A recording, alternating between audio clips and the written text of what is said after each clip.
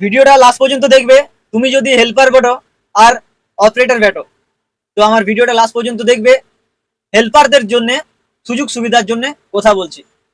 কথা হচ্ছে যে আমাকে একটা রাতে ফোন করে আমার এই চেনাব জেনাব কোনো হেল্পার, যে দাদা আমি এখানে আছি, তো আমাকে রিচার্জ করে দাও, ফোনে রিচার্জ নেই, আমি আমার মা বাবার সাথে কথা বলতে পারছি না, বুড়ির খুব শরীর খারাপ।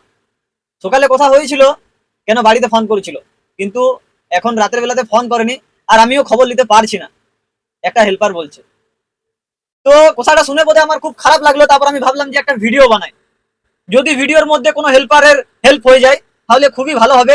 আর হেল্প করবে কারা? আমি না, হেল্প করবে ওই অপারেটর গুলো, যারা ওই হেল্পার গুলোকে লোকালের বা পাবলিকের মধ্যে ডেকে নিয়ে আসে।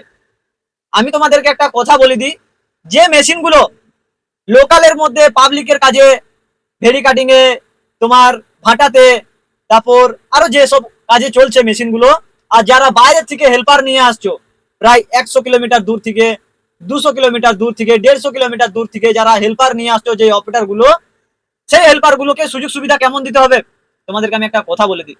প্রথম কথা হচ্ছে যে হেল্পারের পেমেন্ট তাকে ঠিক টাইম মতো দিতে হবে, মালিকের কাছ থেকে বলে পদে ওকে পেমেন্ট দিয়া করাতে হবে। 2 নাম্বার হচ্ছে যে হেল্পারকে ঠিক টাইমে খোরাকি দিতে হবে, মালিককে বলে পদে, মালিকের কাছ থেকে চেয়ে পদে ওই হেল্পারকে খোরাকি দিয়া করাতে হবে।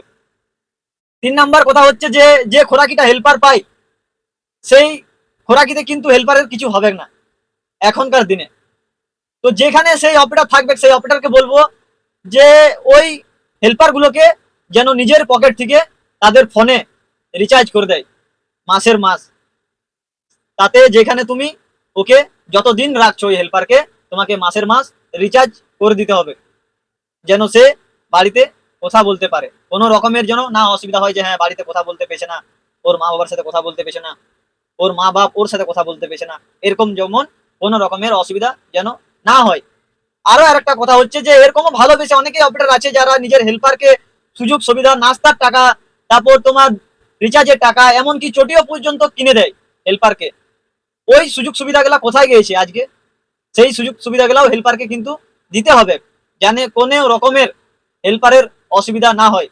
একমাত্র হেল্পারেই আছে, আমরা মালিকের মেশিন চালিয়ে পদে আমরা মালিককে দেখি।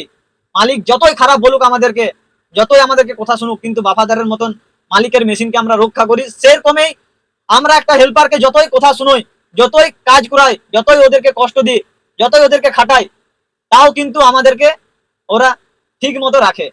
টাইমে খাবার পৌঁছায় দেয়, টাইমে খাবার বানিয়ে দেয়, টাইমে জল এনে দেয় কেবিনে, কেবিন পরিষ্কার পরিচ্ছন্ন করে রাখে, আমাদেরকে জিজ্ঞাসা করে যে দাদা খাবার খেয়েছো না খাওনি, নাস্তা করেছো না করনি।